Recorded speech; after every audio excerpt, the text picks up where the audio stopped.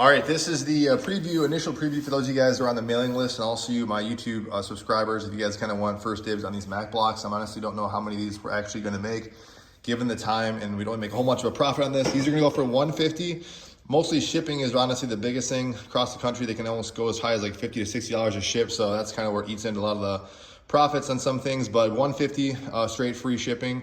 That's what we're kind of basically charging. And this takes Mac really about 3 to 4 hours, what he told me, given all the work he does with this various wood. This was the old rendition. And again, this is how I'm personally using it. I'm not telling you guys use it whatever at your own risk. These are simply a homemade block system. However you guys want to use them, just showing you guys what I do.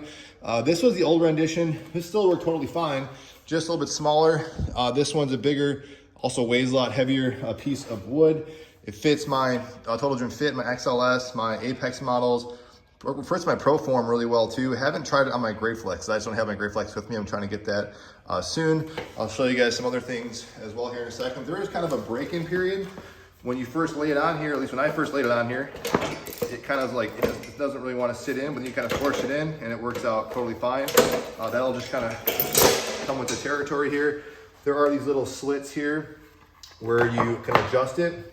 It can move laterally, but doesn't when you're functionally, so when I'm using it, not functionally, when I'm having forward pressure on top of it. There's always a bottom base here. That's always the flush bottom. That I maybe could put some abrasion, kind of some sort of grip tape on here, but I'm personally not gonna worry about that too much. I think it's good to use it on some sort of grip, some sort of just regular gym mat or flooring like I'm using. Seems to work out pretty good.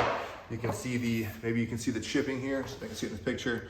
Some of the chipping here, that's just, for me, that's gonna come a little bit just because of the nature of breaking in the machine.